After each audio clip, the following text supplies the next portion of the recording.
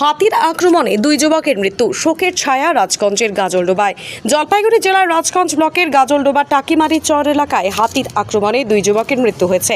মৃতদের নাম তুষার দাস এবং নারায়ণ দাস। এই ঘটনায় এলাকায় ব্যাপক চাঞ্চল্য এবং শোকের ছায়া নেমে এসেছে। মর্মান্তিক ঘটনা। স্থানীয় সূত্রে জানা গিয়েছে, গতকাল রাতে পার্শ্ববর্তী এলাকায় একটি অনুষ্ঠানে গিয়েছিলেন তুষার ও নারায়ণ সহ মোট 6 জন। অনুষ্ঠান শেষে বাড়ি ফেরার পথে তারা হাতির দলের সামনে পড়েন। বাকি 4 জন পালিয়ে প্রাণে বাঁচলেও তুষার এবং নারায়ণ হাতির আক্রমণের শিকার হন এবং ঘটনাস্থলেই তাদের মৃত্যু হয়। এলাকাবাসীর অভিযোগ, বন দপ্তর এলাকায় যথাযথভাবে টহল দিচ্ছে না। কিছুদিন আগেই ওই এলাকায় হাতির আক্রমণে এক ব্যক্তির মৃত্যু হয়েছিল। আজ ফের দুজনের মৃত্যুতে এলাকাবাসী ক্রুদ্ধ। তাদের অভিযোগ, বন দপ্তরের উদাসীনতার কারণেই বারবার এই ধরনের ঘটনা ঘটছে। খবর পেয়ে ভোরেই ঘটনাস্থলে পৌঁছয় ভোরের আলো থানা ও গাজলডোবা আউটপোস্টের পুলিশ। বিশাল পুলিশ বাহিনী পরিস্থিতি নিয়ন্ত্রণে আনে।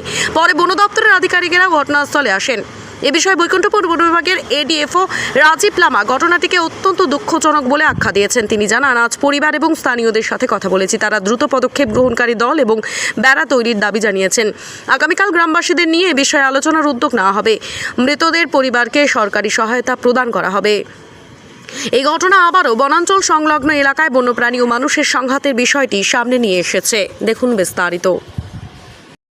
মানে দীর্ঘদিন থেকে তো আসেই, গত প্রায় মাসখানেক যাবৎ প্রচুর হাতি জঙ্গল থেকে নামছে, সন্ধ্যার হলেই নেমে যাচ্ছে, নেমে ফসলের ক্ষতি করছে, ফসলের ক্ষতি করে আবার মানুষের ঘরবাড়িও ভাঙচুর করছে। এসব করে হাতি আবার কোনো দিন সারাদিনও থাকে চরের মধ্যে, ফসলের ক্ষতি করে।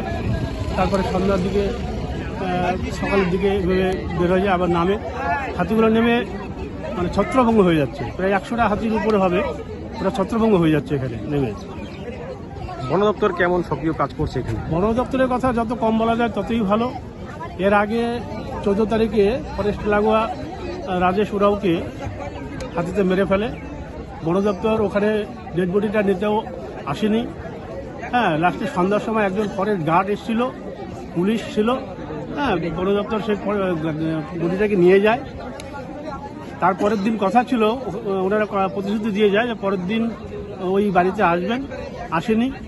তারপরে এই হাতি এত নামছে, ঘটনা হয়েছে খুবই দুঃখ একটা ঘটনা। আমরা সরকার থেকে সেটা ওনারা যে এক্সট্রা অ্যামাউন্ট সেটা নিয়ে আমরা প্রসেসিং করছি, আর এখন আপাতত বডিকে আমরা কাইন্ডলি ওটা পোস্টমর্টমের জন্য পাঠাচ্ছি।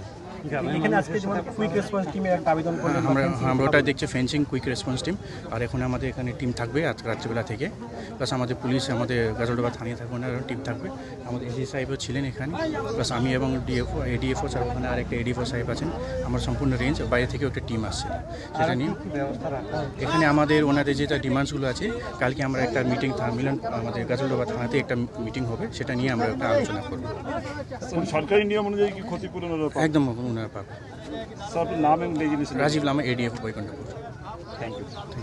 আপনি কি বাইক বা স্কুটার কেনার কথা ভাবছেন? তাহলে এখনই চলে আসুন দিনহাটা ইয়ামাহা অটো সেন্টারে এবং নিজ হাতে পছন্দ করে নিয়ে যান আপনার স্বপ্নের বাইক বা স্কুটার। আমাদের এখানে রয়েছে বিভিন্ন মডেলের বাইক ও স্কুটারের বিশাল সমাহার। রয়েছে স্বল্প ডাউন পেমেন্ট, ন্যূনতম ডকুমেন্টস ও সহজ ইএমআই এর সুবিধা। এছাড়াও রয়েছে যে কোনো কোম্পানির পুরনো গাড়ি এক্সচেঞ্জের সুবিধা।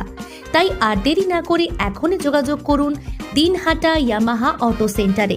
আমাদের ঠিকানা সাহেবগঞ্জ রোড, বয়েজ বিক্রিয়েশন ক্লাবের সামনে। যোগাযোগের নম্বর 8158042471 এবং 7602877619।